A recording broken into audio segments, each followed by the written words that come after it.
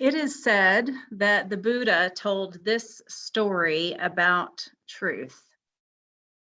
Once there was a man who lived in a small village with his young son. He loved and took care of his son, but the man was a merchant, and every day he had to leave his son home while he went to work at his shop. Now, one day, a horrible thing happened. While the man was away, a band of thieves came and they stole all of his worldly possessions and burned his house down. In the evening, the man returned home to find his house totally destroyed. And there, amidst the rubble, he saw the charred body of a young person.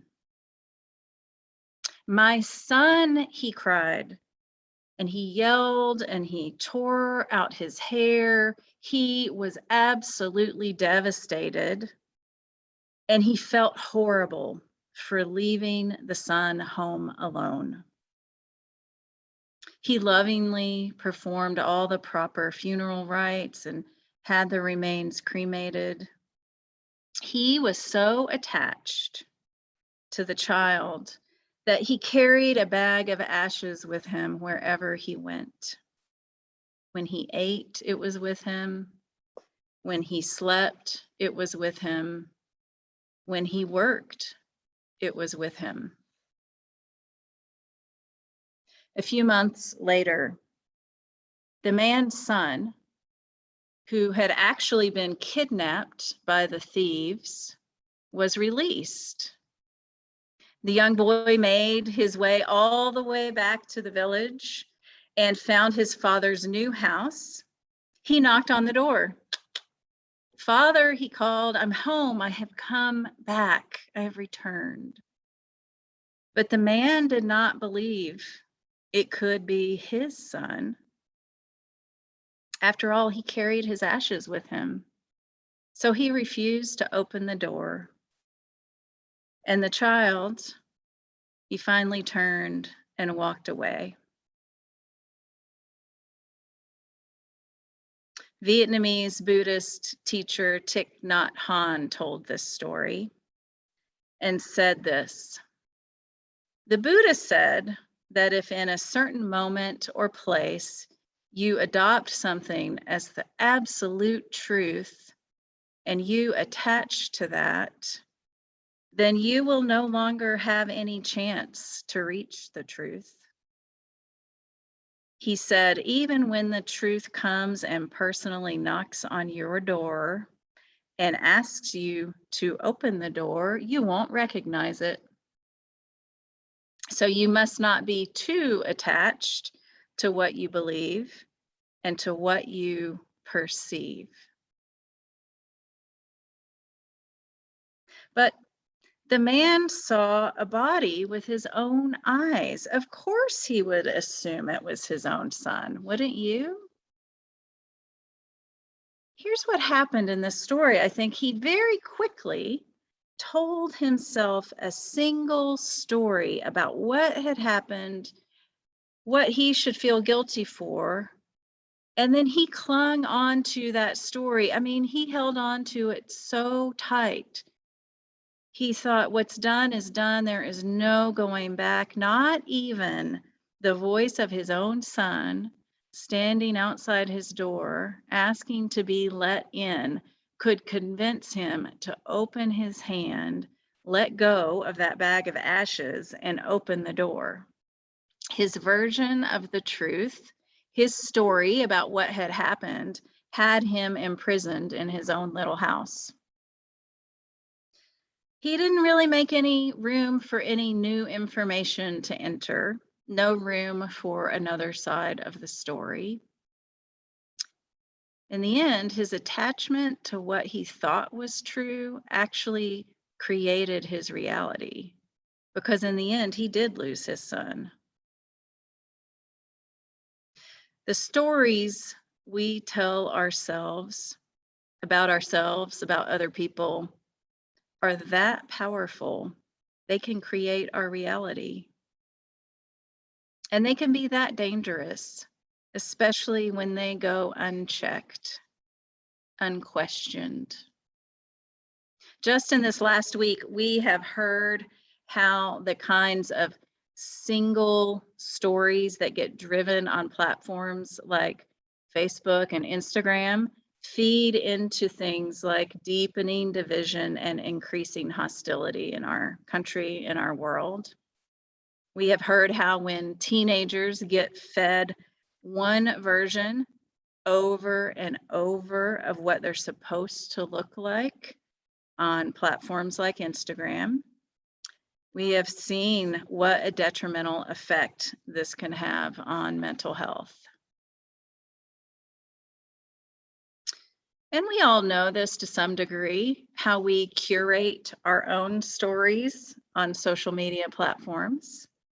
There's some things we love to share with others, and there's other things about ourselves that are true that we would never share on a social media site. So as I consider this story from the Buddha that Thich Nhat Hanh tells us, there is something quite strange to me about it that I want to lift up to you all this morning. What I want to know is, where were the witnesses? Where were the people in the community, in the little village that this man lived in? Didn't anyone speak up as a witness? Didn't anyone see anything that happened? Didn't anyone step forward to just ask some questions and to help him figure out what might have occurred? Imagine how that story might have gone differently if there had been some witnesses.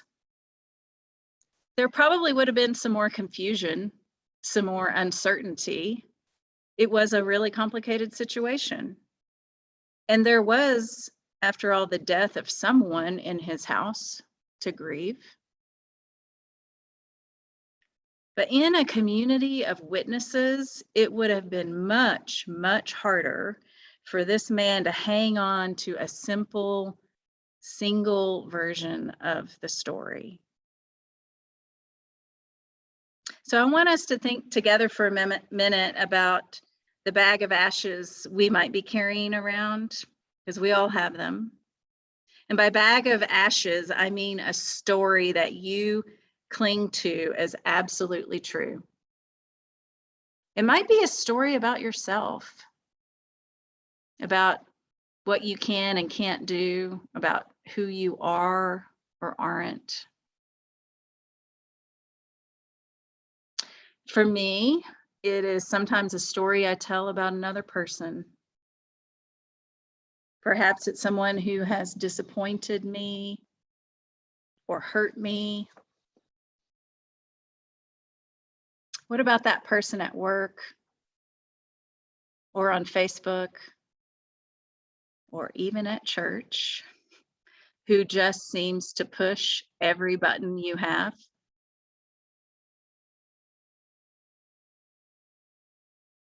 If I get triggered enough or hurt enough, pretty soon that's all I can see about that person. Pretty soon I have a whole story built up about that person in my head. And they start to be a one-dimensional caricature of themselves. I think you probably know what I'm talking about. I expect certain behavior from this person before it even happens. And then I say, oh, there she goes again. She's always like that. I am so sure I know the truth about this other person and their experience. And this is dangerous because it prevents me from seeing their full worth and dignity. But we all do it, y'all. We all do this. So this is not about shaming ourselves. It's about paying attention to it. And I found that the only thing for me that can break me out of this place of judgment and certainty is to be in actual community with that person, to cultivate more relationship. So for one thing, I see that not everyone reacts in the same way to this person that I do. Hmm, maybe my reaction is as much about me as it is about the other person. I get to ask some questions about it, right? The community serves as a witness to this person's humanity, to their gifts that maybe I can't always see.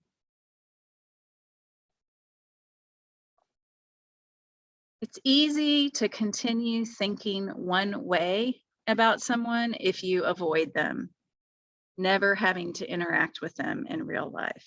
And I want to give a side note here. I'm not talking about people who are abusers, right? That's a different story.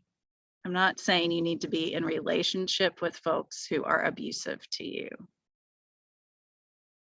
But it is in the texture of deeper relationship that I am able to open my hands, open the door, and grasp a little more truth about that other person in myself. More often than not, I discover I have written this single story to define that person as other and myself as not other, of course. The poet Mark Nepo writes, quote, "Unconditional love is not so much about how we receive and endure each other as it is about the deep vow to never, under any condition, stop bringing the flawed truth of who we are to each other." A deep vow to never, under any condition, stop bringing the flawed truth of who we are to each other. So we each bear some responsibility ourselves for letting ourselves be seen and known and to be witnessed in all of our flawed complexity, not just in our curated Facebook feed, Facebook world. It has been a central project of my ministry with you these last 9 years to cultivate a community where those kinds of deep and vulnerable relationships can take place, where we can share both our gifts and our failings and flaws, where we can know one another beyond the coffee hour pleasantries, where we can continue to stay in relationship even through hurt and disappointment and misunderstandings. It's not easy. It takes cultivation and care and commitment. It is one of our primary spiritual practices as Unitarian Universalists. And I want to name today that kind of cultivation of relationship and community witnessing of each other might be a bit harder in these days, especially for some of us, when so much has moved online. This is one of the reasons why we started small groups for everyone last year, the root groups that everybody was invited to join. And we have other small groups continuing, like Circles of Trust, the UU Sparks Creativity Group that we started this fall, affinity groups like the Men's Group, the Vegan Supper Club. And there are small groups continuing even during these COVID times to engage in work in the broader community, like our accompaniment team and the folks working the gardens at Lyle's Farm. These are not groups where you get to be only with people you like or find easy to be with. It's okay not to like everyone here. We are not here to like one another. We're here to love one another in a way that allows more truth to be told. We're here to witness to each other's struggles and be a yes for one another, as Teresa Soto said in that poem that Matt shared with us. So I want to challenge you today to stay engaged in a small group. And if you aren't connected to a small group in our congregation and want to be, I challenge you to seek it out, to talk to me or to talk to others, and find a place where you're continuing to cultivate that kind of relationship, where you can be known and know others. Because we know, friends, the dangers of a single story, telling a single story about other people, the dangers are bigger than our interpersonal interactions. I want us to consider that it is a short leap from saying so-and-so's always like that to those people are always like that. Nigerian-born novelist Chimamanda Adichie says, quote, "Power is the ability to tell the story of another person, to make it the definitive story of that person. The single story," she says, "creates stereotypes. And the problem with stereotypes is not that they are untrue, but they are incomplete. The consequence," she says, "of the single story is that it robs people of their humanity." Tomorrow is National Coming Out Day and also Indigenous Peoples Day. The stories of LGBTQ plus people and Indigenous people in our country have historically been written by the powerful. Incomplete and often untrue stories. Coming Out Day celebrates queer people telling their own stories in all their varied and complex glory. And Indigenous Peoples Day is turning upside down the traditionally celebrated Columbus Day and telling the story of the colonization of the Americas from the perspective of the Native people who were here already and who continue to survive here even after attempts at genocide, at wiping them away. As Unitarian Universalists, it is part of our faith tradition to practice keeping our hands and our doors open in the free and responsible search for truth and meaning. Rather than buy into certain absolute truth, we covenant to search for truths, plural, together.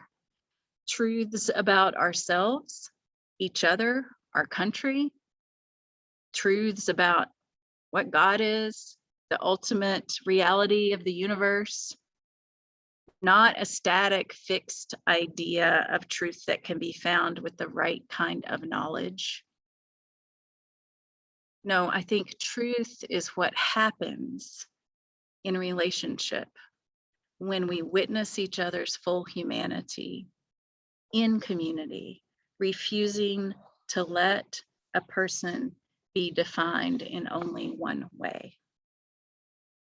Truth is what happens when we as a community witness to the stories not told by the powerful, when we resist a single story about a whole group of people.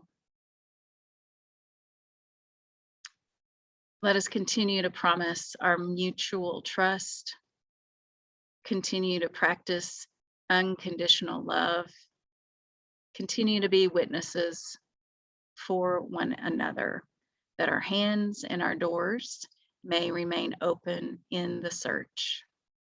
May it be so, and amen.